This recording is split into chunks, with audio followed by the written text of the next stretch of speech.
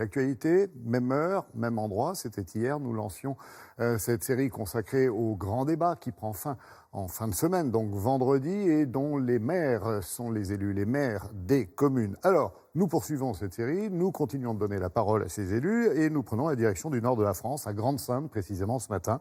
Cette commune a entamé effectivement depuis quelques années sa transition écologique. Son maire, Damien Carême, est aujourd'hui inquiet et plutôt en colère, il faut bien le reconnaître. Il a même déposé plainte contre l'État pour inaction climatique. En bord de mer, près de Dunkerque, Grande-Synthe, 24 000 habitants, de nombreux canaux et une préoccupation grandissante pour son maire. On est sur un territoire de polder ici, la ville de Grande-Synthe, c'était la mer avant. Si les précipitations augmentent et que le niveau de la mer augmente, on ne pourra plus éjecter cette eau vers la mer et on a le risque de submersion marine. Donc c'est pour ça qu'il y a de réelles inquiétudes. Vous voyez, dans cette ville, on investit beaucoup dans la lutte contre le changement climatique.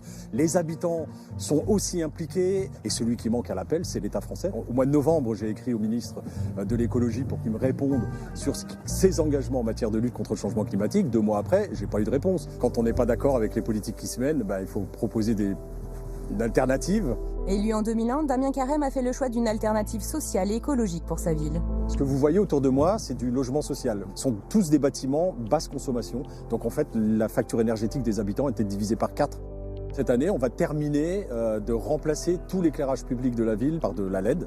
Ça sera 476 000 € d'économie sur la facture d'électricité de la ville. Et toutes ces économies, en fait, on a décidé de les attribuer, de venir financer un dispositif social qu'on a appelé le minimum social garanti. Sur 33% de familles qui vivent sous le seuil de pauvreté, j'en ai 17,6% qui sont en dessous du seuil de pauvreté bas. Et donc on va donner des allocations pour leur permettre de sortir, d'être au-dessus de ce seuil de pauvreté. Une politique audacieuse qui suscite la curiosité. Je voulais juste vous souhaiter la bienvenue à Grande-Synthe. Grande-Synthe, ville laboratoire qui attire une trentaine de délégations par an. Il y a une phrase de Gandhi qui dit « Montrer l'exemple n'est pas le meilleur moyen de convaincre, c'est le seul ».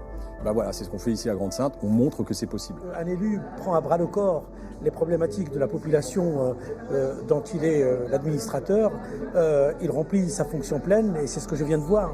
La société dans laquelle on vit ne peut plus fonctionner comme ça, donc il faut en changer. Et là, on met en pratique cet engagement et ces valeurs. Des valeurs et un changement qui passe aussi par une agriculture de proximité. Je vais à la ferme urbaine rencontrer un des maraîchers qui s'est installé il y a quelques mois.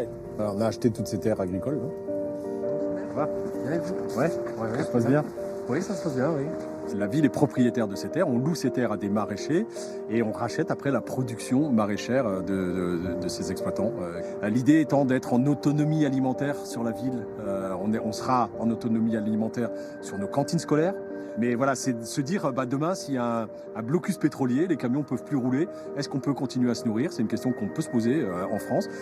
Dans beaucoup de villes, c'est 3 jours on peut se nourrir. Après, on commence à mourir de faim. Moi, je vise à ce qu'on puisse continuer à se nourrir parce qu'on aura cette agriculture de proximité.